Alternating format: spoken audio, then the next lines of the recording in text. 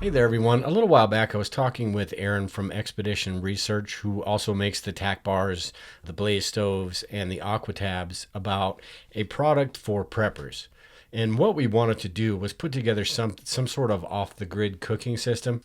Now, there are quite a few options available when it comes to cooking off the grid, and this isn't meant to be a replacement for any of those. This is a way to add another option, that two is one is none type things. I wanted to do a short review on this grill, and I'll be doing a few more in-depth videos later on in the future, so watch for those. The reason I want to do this video is I don't want to depend on the manufacturer specs, what they told us these could do. I wanted to test them out myself and see how well they work in different situations, the results that I could get from them. Now, I've done quite a bit of testing already on these, but in this video, I want to explain our thought process and how it specifically applies to preppers and give you some of the general information. First off, I want to explain what they are and what they're not. What they're not is the only off-grid cooking solution. They're meant to be another off-grid cooking option.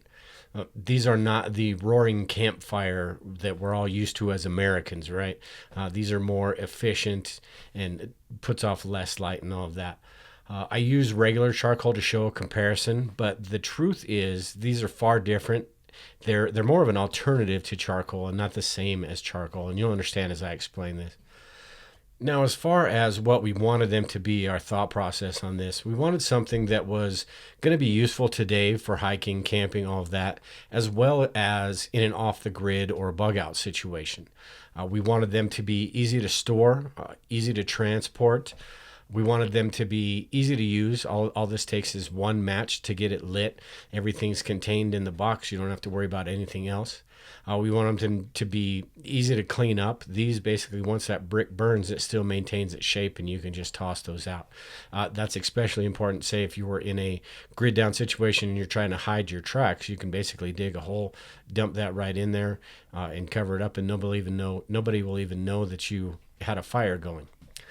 Coconut charcoal also doesn't smell like regular charcoal does, especially the match light charcoals that have that, they're impregnated with that lighter fluid. These don't smell like that at all. Some of the stuff I cooked actually has a wood smell to it. It tastes really good. These have no smell at all, and that is unless you're cooking something that has lots of fats in it, like a big juicy steak. These don't smell at all, so you're not going to be giving off smoke signals and turning on the alert for your neighbors. They have low light output, meaning almost none. They take about 2 minutes to light, and once they're lit, there's basically no light output at all. They do have a long burn time, over 2 hours of cooking time, and the total burn from my testing is about 4 hours. And this is about a little bit more than double of the same amount of regular charcoal. The burn temperatures are about the same as regular charcoal, maybe just a little bit hotter. Depends on how you're using it, between 450 and 500 degrees. Like I said, it depends on how you use it. You've got to block it from the wind and make sure that you've got the proper ventilation and all that to maintain that temperature. Now, as far as different grill types and how to use it, we have plans for a standalone grill in the future, but we wanted to make this grill as simple as we possibly could that could be used in a variety of different ways. Basically, we wanted to make this a grab-and-go item that if you had nothing else, you could get this started as long as you had a place to put it. With that being said, the way you use this will affect the cooking temperature. I've tried this on a few different things, and the ventilation and all that affect it.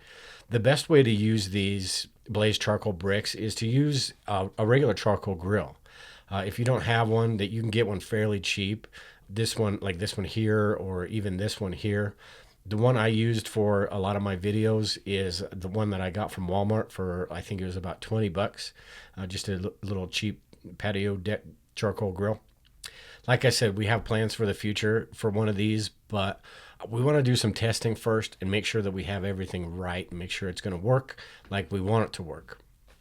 I've tried a few other options as well. I've had mixed results with these. This ammo can grill I made worked the best because it's really shielded from the wind. This DIY grill didn't maintain as hot of a temperature because I think there was too much ventilation. It still worked. It just took a little bit longer for these shish kebabs to cook. I have plans on making a flower pot grill in the future because I've heard they work really well and they extend the burn time of charcoal. So I want to get that done, and I'll post that video as soon as I do.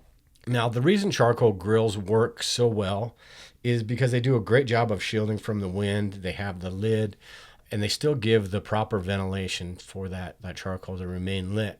Anybody who's cooked with charcoal knows that wind can be your enemy when you're cooking, because even just a small breeze can affect your cooking temperature. It can drop it 50 to 100 degrees. Another reason charcoal grills work better is because you have more room to work with. You have an area for direct heat and an area for indirect heat. If you cook a steak directly over charcoal the entire time, it's going to end up burnt or overcooked on the outside and then raw in the middle. You could raise and lower the grill, but once that's hot, that's going to be a little bit of a challenge. So anyway, these grills are available at Amazon right now, and if you do get one, we'd really appreciate a review. It helps get our name out there. If you do have any questions that I didn't answer here in this video, let me know in the comments below, and also keep in mind I'll be doing a few more detailed videos here in the near future. But thanks again, and we'll talk to everyone later.